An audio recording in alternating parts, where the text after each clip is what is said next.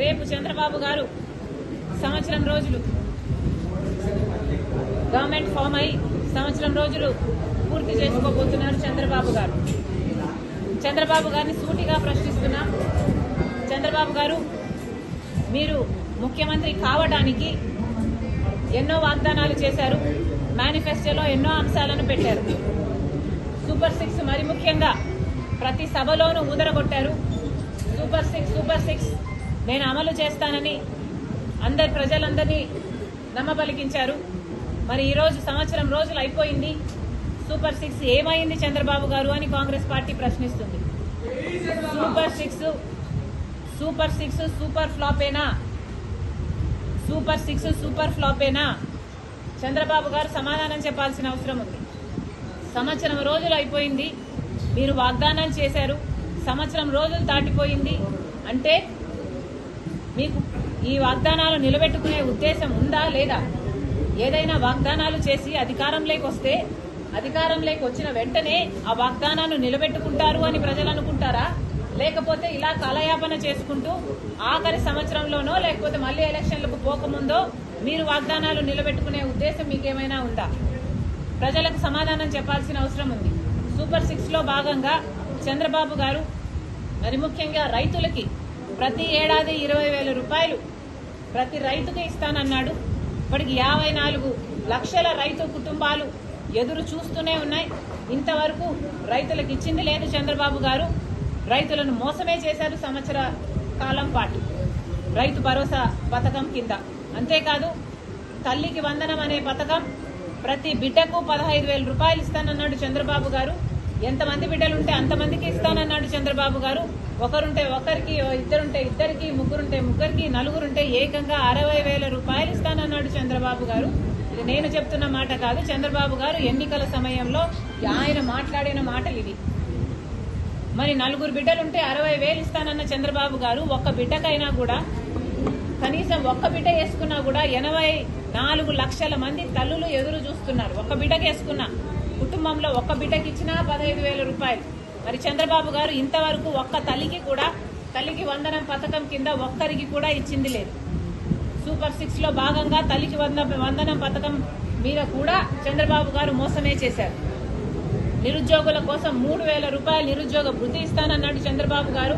దాదాపు 50 లక్షల మంది బిడ్డలు ఉద్యోగాలు రాక ఇంతవరకు ఎదురు చూస్తూనే ఉన్నారు. ఇప్పటికీ కూడా చంద్రబాబు గారు అరచేతిలో వైకుంఠం అన్నట్టు 3D గ్రాఫిక్స్ లో సినిమాలు చూపిస్తున్నారు, మంచి మంచి మాటలు చెప్తున్నారు. కానీ బిడ్డలకు ఉద్యోగాలు అయితే ఇంతవరకు వచ్చింది లేదు. కాబట్టి నిరుద్యోగ వృత్తైనా ఇవ్వాల్సిన అవసరం ఉంది. గత ఎన్నికల్లో కూడా చంద్రబాబు గారు ఇదే వాగ్దానం చేశారు. కానీ నిరుద్యోగ వృత్తి అప్పుడు కూడా ఇవ్వలేదు. ఇప్పుడు కూడా ఈ 5 సంవత్సరాలు కూడా ఇలాగే కాలయాపన చేసి నిరుద్యోగ వృత్తి ఎగ్గొట్టే ఉద్దేశమే చంద్రబాబుకు ఉన్నట్టు మాకు అనిపిస్తుంది. సూపర్ 6 సూపర్ ఫ్లాపేనా అని మాకు అనిపిస్తుంది. మేము అందుకనే చంద్రబాబు గారిని ప్రశ్నిస్తున్నాం. మహిళలకు ఉచిత బస్సు అన్నాడు చంద్రబాబు గారు. ఉచిత బస్సు అతి చిన్న పథకం.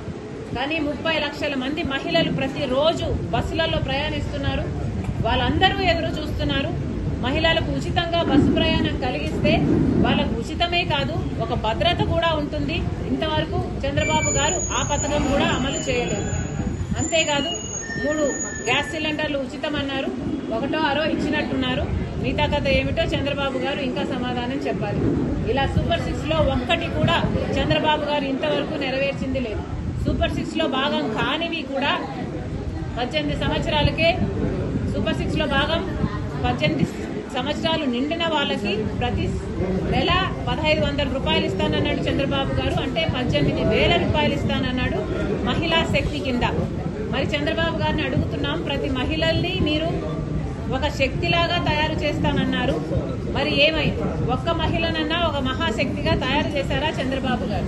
అందుకే అడుగుతున్నాం, సూపర్ 6 సూపర్ ఫ్లాపేనా? చంద్రబాబు గారు ఆంధ్ర రాష్ట్ర ప్రజలకు సమాధానం చెప్పాలి. ఈ సూపర్ 6 ఇంకెప్పుడు అమలవుతాయి? చంద్రబాబు గారు సమాధానం చెప్పాలి. ఇవే కాదు, 50 ఏళ్లకే ఎస్సీ ఎస్టీ బీసీ మైనారిటీ మహిళలకు 50 ఏళ్లకే పెన్షన్లు ఇస్తానన్నాడు చంద్రబాబు గారు. వాటి గురించి మాట్లాడటం లేదు. అధికారంలోకి రాకముందు చంద్రబాబు గారు ఎన్నికలప్పుడు కరెంటు ఛార్జీలు మేము పెంచబోము అని చెప్తూ వీలైతే 30% తగ్గిస్తామని చెప్పిన చంద్రబాబు గారు ఇప్పటికే 2 సార్లు కరెంటు ఛార్జీలు బిల్లులు పెంచారు. ఒకసారి 6,000 కోట్ల రూపాయలు, ఇంకోసారి 11,000 కోట్ల రూపాయలు, మొత్తానికి 17,000 కోట్ల రూపాయలని జనం నెత్తిన చంద్రబాబు గారు మోపడం జరిగింది.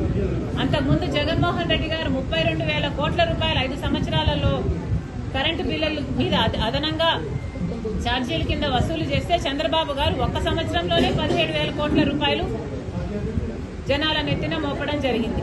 మరి ఇది భావ్యమేనా అని అడుగుతున్నాం చంద్రబాబు గారికి. ఒకసారి ఆలోచన చేసుకోవాలి, పరిశీలన చేసుకోవాలి. ప్రజలు ఎదురు చూస్తున్నారు. సూపర్ 6 సూపర్ ఫ్లాపేనా అని ప్రతిపక్షాలు అడుగుతున్నాయి. చంద్రబాబు గారు సమాధానం చెప్పాల్సిన అవసరం ఉంది.